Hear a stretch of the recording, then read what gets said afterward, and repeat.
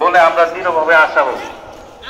মহান আল্লাহ তাআলা আপনাদের সবাইকে সুস্থ রাখুন, ভালো রাখুন।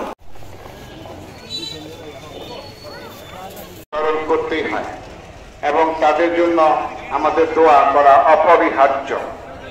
পূর্বে জমি দান করেছেন মোবারক খান, বন্যা অংশ থেকে আরো কিছু জমি বায়না করা হয়েছে।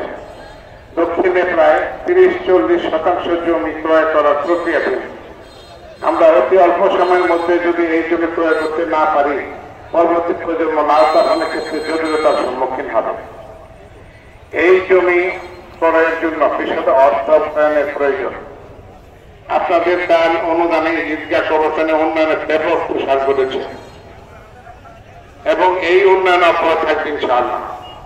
এই আপনাদের সকলের অর্থ, শ্রম, সুবুদ্ধি ও সুপরামর্শ সহযোগিতা আমাদের কাম্য।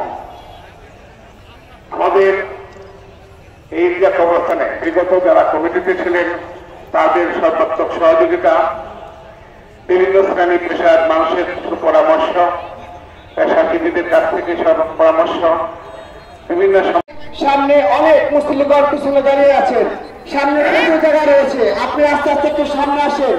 আপনার সবাই প্লিজ একটু দাঁড়াবেন, দাঁড়িয়ে কাতার সোজা করবেন প্লিজ। অনুরোধ করছি আপনাদের সামনে আসবেন এবং বাহিরে আমাদের চট আছে, যদি ভিতরে জায়গা না হয় বাহিরে আমাদের প্রচুর জায়গা রয়েছে।